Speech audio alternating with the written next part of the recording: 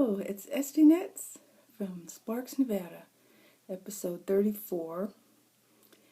Now, I already did episode 34 and I put it up on there, and it was up for 2 days, I think, and I got a message from someone saying I showed them a book. I showed this book too closely and that I wasn't supposed to, for I guess copyright laws or something. I don't know why that's so. I didn't show all the directions. You couldn't have made a sweater from what I showed. But anyway, I deleted it so I don't get in trouble in any way, shape, or form. Very disappointing. So this is I'll do it again. This is a second take of my episode 34. Okay, enough of that. I want to thank a wonderful lady. She is the podcaster of A Maker's Dream.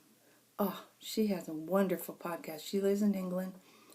She sews her own clothes and knits her own stuff, and she wants to ultimately have a completely handmade wardrobe, which is a wonderful thing to try to achieve. I do too. I would like to, only I'm not a sewer. Not much. I tried, not much. So I want to thank her for talking about me and saying nice things. Thank you very much, my dear. You're a lovely person. And the knitting. Oh well. If you saw the first attempt at this episode, you saw I wasn't done yet. I'm done. I finished this poncho. Although, I think maybe I need to go around the neck. Maybe I'm not quite done. And I'll go around the neck with some black. Here's the rest of it. This is the Margot poncho. It's made with very heavy wool. And it's got these panels on both sides. And with a nice black edging along the sides. And I'm going to tack it down, for a nice big sleeve on each side. Oh, it feels so good. This is the most warm, blankety material. This is Berkshire from Valley Yarns at Webb's.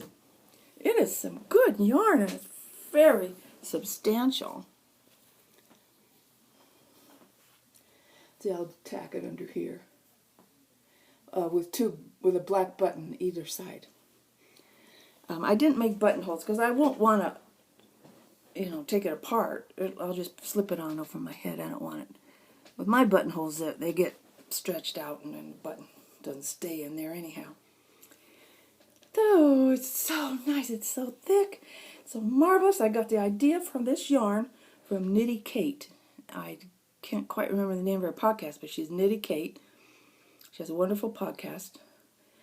And she made one using the same kind of yarn, only blue, all in blue. I had mixed colors, so I had to make it multi-browned, I wish I just had a ball of one color. I made a bag of one color, but I didn't. I had all these browns.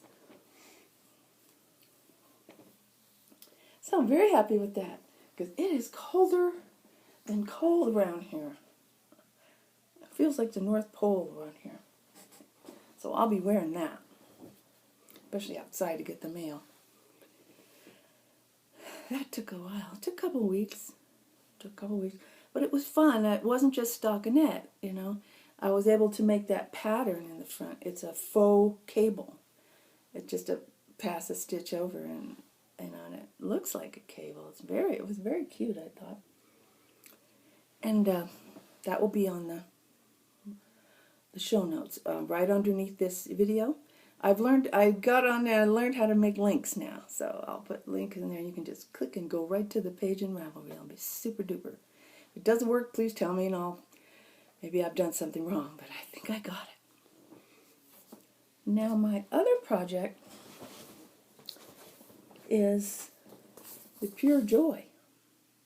The Pure Joy. It's wonderful. I've been wanting to do this because, the grocery girls have done it a couple times each, I think. They make beautiful black and white ones and stuff. Well, mine is for the springtime, and it is made out of orange, and this creamy beige with spots of orange and gray. It has gray in there. Oh, a little blue, I see. We have a little sun today, I'm happy to tell you. So I can see the colors better. Yeah, this is going to be pretty. It's going to be very big.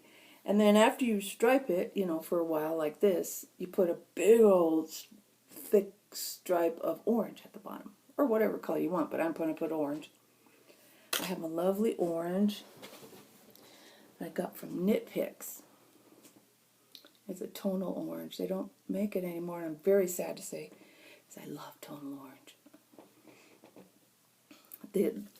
The creamy spotty color is Modern Fair Isle in Madeline Tosh. Isn't that lovely? Ooh, I just love it. I don't have much spotted yarn, and I love it. Speckled. I love speckled yarn. Looks very unassuming in its ball, but knit it up. Oh, it's a gorgeous dream. It's a dream. So I'm having fun with that. That will be for the spring. Oh, I don't know why I say that. I could wear it in the winter. My other, my Dragonfels, I have 2 Dragonfels that I wear every day when I go outside now. They work very well. Fingering weight, you wrap it around and it's just as warm as any other scarf. So, all right. What I'm planning on doing soon, because I finished that big poncho, is starting on this.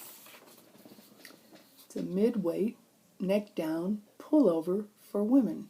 I was reading that backwards and upside down.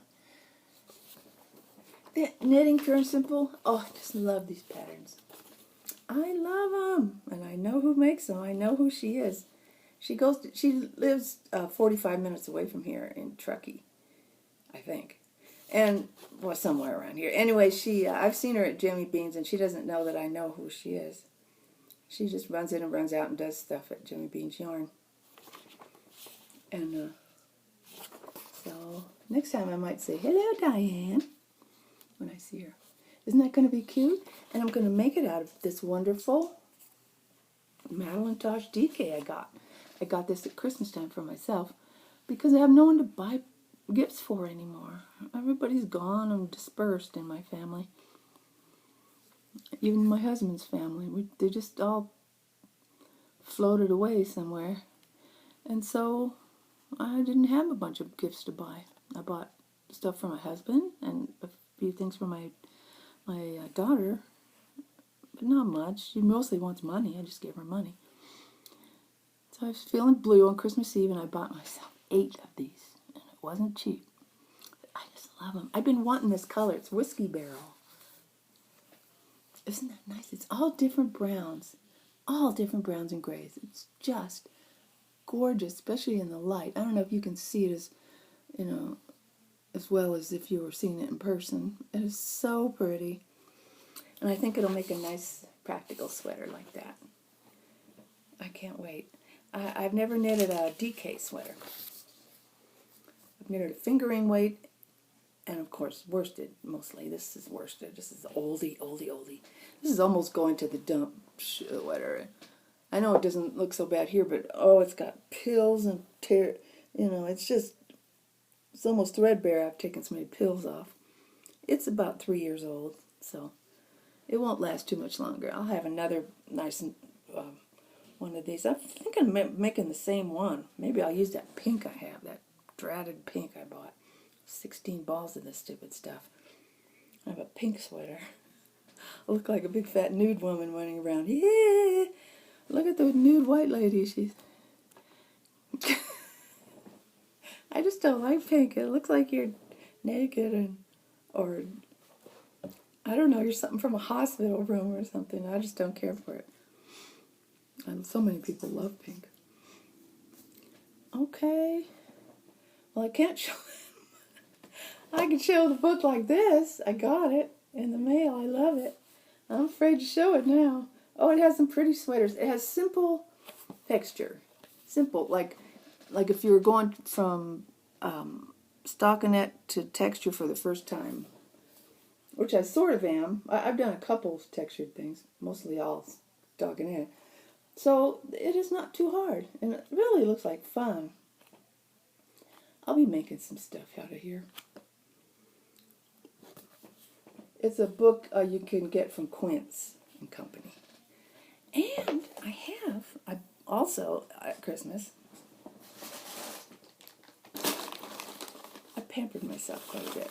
Bought enough for a sweater of this. It's fingering weight. It is Turn. Quince and Company Turn. It's silk and wool. Oh my God. It's lovely and it's sturdy and nice. It's a little bit heathered. Oh, isn't that pretty? On my computer, this didn't look like this. It looked lighter and brighter. It looked more bright. But I like this quite a bit. I love the feel of it. You know, Quince doesn't make thin, floppy yarn. It makes sturdy yarn. I like that very much. I will make a sweater out of that. And I'll show the picture only. I'll be careful with this book of the one I might make, because they have sweaters of using all types of, here it is, fingering. I'll just show a picture and that's it. Okay. Here. That one. It has sort of a simplified seed stitch. You knit one row and you purl knit the next row, and then you knit a row and you purl knit the next row. It should be fun if I can keep those two separate, when to purl knit and when to knit purl. I'll figure out a little system. That should be fun. Oh, I'm just so pleased. Isn't it fun when you're starting new projects? Now I get to wind this up. Do you know how I wind yarn? I refuse to buy a ball winder. It's too expensive and stupid and bulky, and it's a tool I'd have to put. I undo all these little ties. I put it around my neck, and then I just roll. Boom, boom, boom, boom, boom, boom, boom, boom. I love it. It's the way I do. I don't know where I picked that up. I must have got it from somebody. Or maybe I thought it up. I think I must have copied it from someone.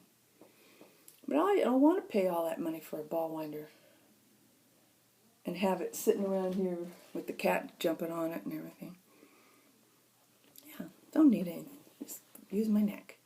So I will be winding this lovely stuff up and making this pretty sweater. Nice and simple. There's no design on it. It's just stockinette. Maybe I'll put a little design down the front, just one little panel of something. I can look in my Barbara Walker book, find some kind of easy-ish pattern. Oh, that's just so lovely. It looks like someone's hair. I had brown hair once. It was all reddish brown. Oh, there's my hair. Yes. I'm just a little girl from school. It wasn't this dark. My hair was reddish color. All right. I think that's all my things I've showed you. Excuse me, I put my back to you. Yes. Yes. I'm happy to, I feel relieved now. I won't get sued for copyright or anything. Alrighty. Bye.